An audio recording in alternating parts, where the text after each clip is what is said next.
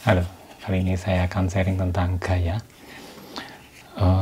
Mungkin sudah familiar ya, kita menggunakan F sama dengan M kali A. Tapi saya akan mencoba agak mundur sedikit dengan mendefinisikan sebagai ini. Gaya adalah perubahan momentum setiap satuan waktu. Jadi perubahan momentum per satuan waktu. Dari mana kita mendapatkan M kali A itu? Nah, itu ceritanya dari sini. Dari momentum kan sama dengan M kali V. Jadi kita punya momentum M kali V. Kemudian bagaimana kalau dB dt-nya? Ingat, kita biasanya menggunakan langsung M kali A, itu berarti dV dt berarti A. Nah, itu kasus khusus. Kita mulai dari kasus umum dulu. Berarti M ini bisa diturunkan terhadap waktu, V bisa diturunkan terhadap waktu. Asalnya seperti itu.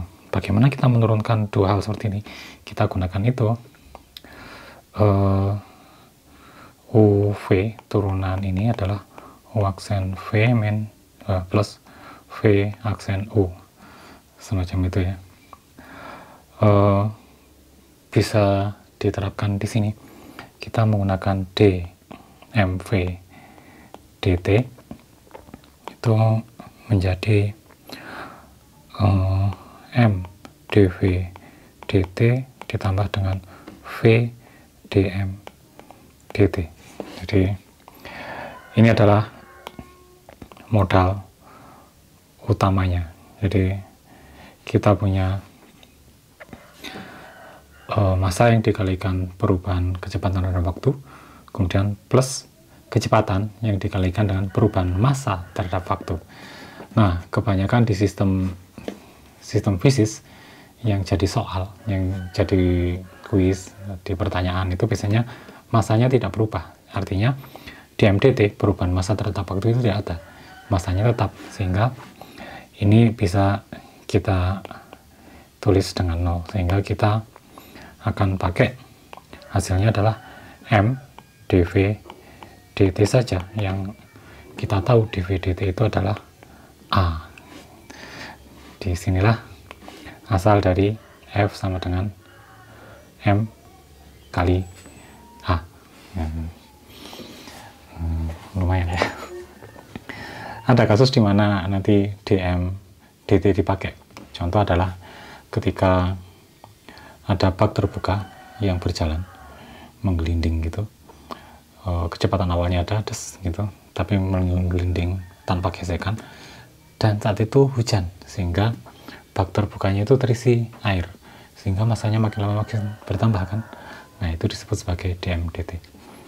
Oke. Tapi pada umumnya kita menggunakan ini ya, F sama dengan M kali A, massa dikali percepatan. Nah, di sini saya akan coba melihat dari beberapa sisi. Pada gerak jatuh itu kita menggunakan mg. Kemudian ada lagi F sama dengan apa? F sama dengan mg. Ada lagi W sama dengan mg. Kok gitu? Nah, pada dasarnya kita menggunakan ini sigma F sama dengan MA di berbagai sistem fisis. Kalau ternyata kecepatannya konstan, berarti A-nya 0, F sama dengan 0, sigma F ya, jumlah gaya yang bekerja di sistem itu. Sehingga kita perlu mengurai gaya-gaya yang bekerja pada sistem fisis tersebut. Kita contohkan misal gerak jatuh ya. Jadi jika ada gerak jatuh, maka kita akan punya gaya ke bawah sama dengan mg, atau biasanya kita sebut sebagai W gitu ya. W sama dengan mg. Oh ya, ini sudah saya tulis di bawah. Kenapa enggak saya sebutkan? Oke. W sama dengan mg. Adakah gaya yang lain? Kalau dia gerak jatuh bebas dan hambatan udara diabaikan, maka kita akan punya sigma F di situ. Apa saja isinya? Jadi kalau ditulis ulang, sigma F sama dengan MA, karena jelas-jelas benarnya turun ke bawah. Kemudian kita juga perlu tentukan arah ke bawah itu positif atau negatif. Kalau negatif, maka kita punya W negatif karena arahnya ke bawah, sama dengan MA. W-nya itu siapa? MG tadi, MG sama dengan MA. Dan dengan mencoret mereka, maka kita punya A itu nilainya adalah minus G. Jadi percepatan gravitasi arahnya ke bawah. Oke, seperti itu. Itu salah satu contohnya. Contoh berikutnya adalah ini, sistem katrol. Nah, di sini kita juga bisa menguraikan di situ. Di sini adalah W1 dan yang di sana adalah W2. Untuk W1 kita punya M1G dan W2 punya M2G. Nah, di sini kita juga harus menentukan arah positifnya kemana. Nah, kita misal tentukan arah positif itu adalah arah ke sana. Jadi, kita anggap itu adalah arah positif. Sehingga kita akan punya sigma F sama dengan MA. Apa saja F-nya? Pertama adalah W positif. Jadi, kita punya W2. Oh, saya ganti. Kita punya W2. Kemudian, yang ke sana, ternyata arahnya berlawanan dengan arah geraknya. Kita punya min W1. Saya tuliskan min W1 di situ sama dengan M kali A. Seperti itu. Jadi kita akan punya M2G min M1G sama dengan MA. M-nya itu M siapa? M besar. Nah, ini perlu diperhatikan juga. Ini M-nya siapa? Tidak ada M1, M2-nya. Ini M total dari sistem itu. Sehingga kita punya M di sini sebenarnya adalah M1 ditambah dengan M2. Dari situ kita akan punya, kita bisa uraikan M2 min M1 G sama dengan MA. Sehingga kita mendapatkan A adalah M2 min M1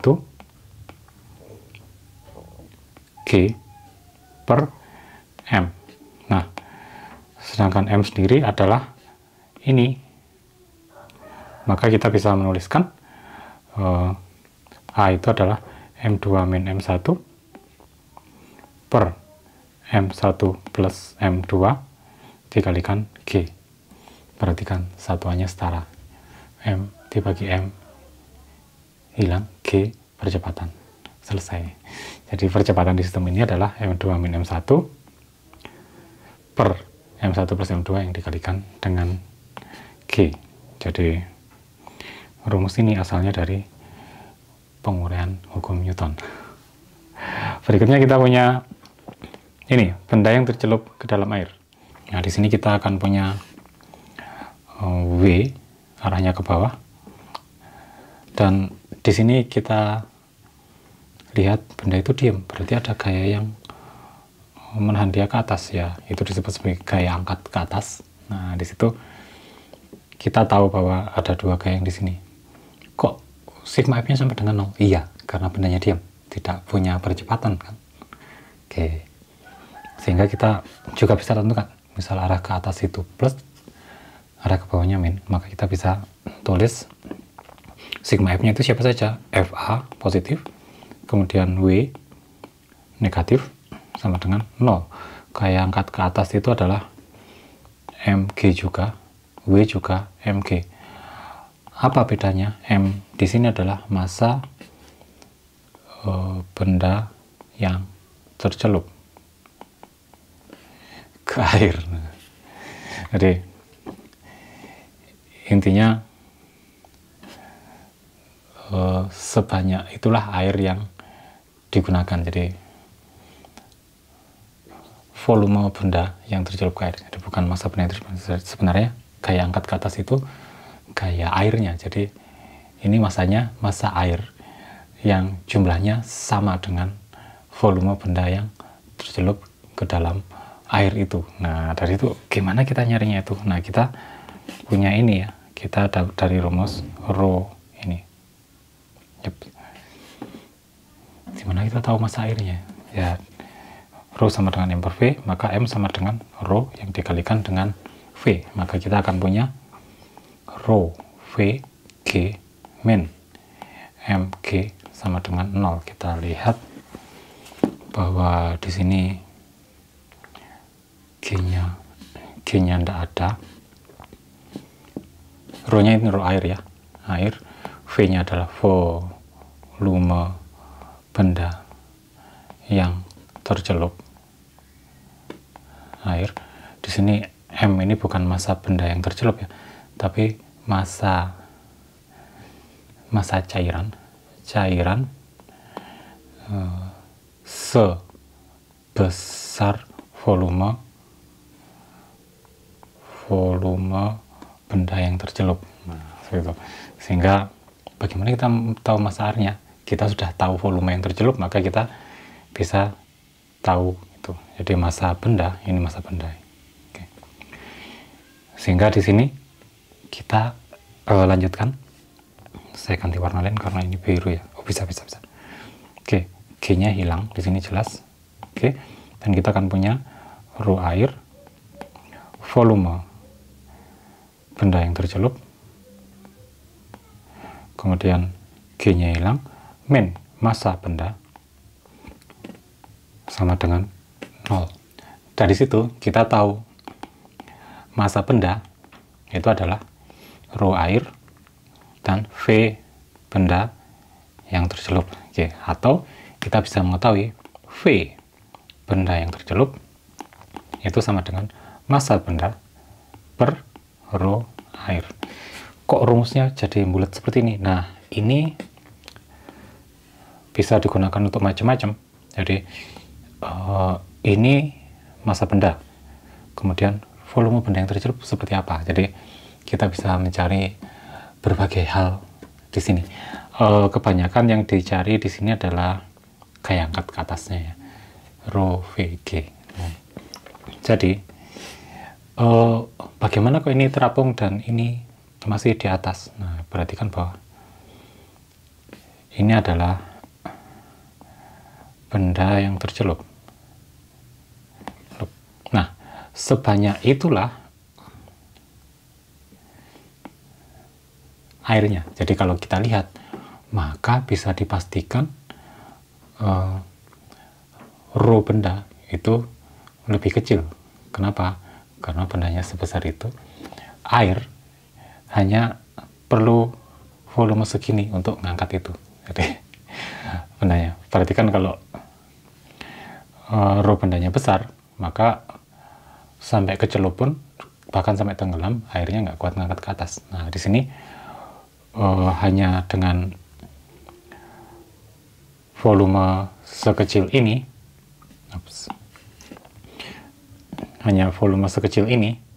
tidak sampai sevolumenya benda, jumlah air seperti itu sudah kuat untuk mengangkat benda ke atas. Nah, ini bendanya terapung.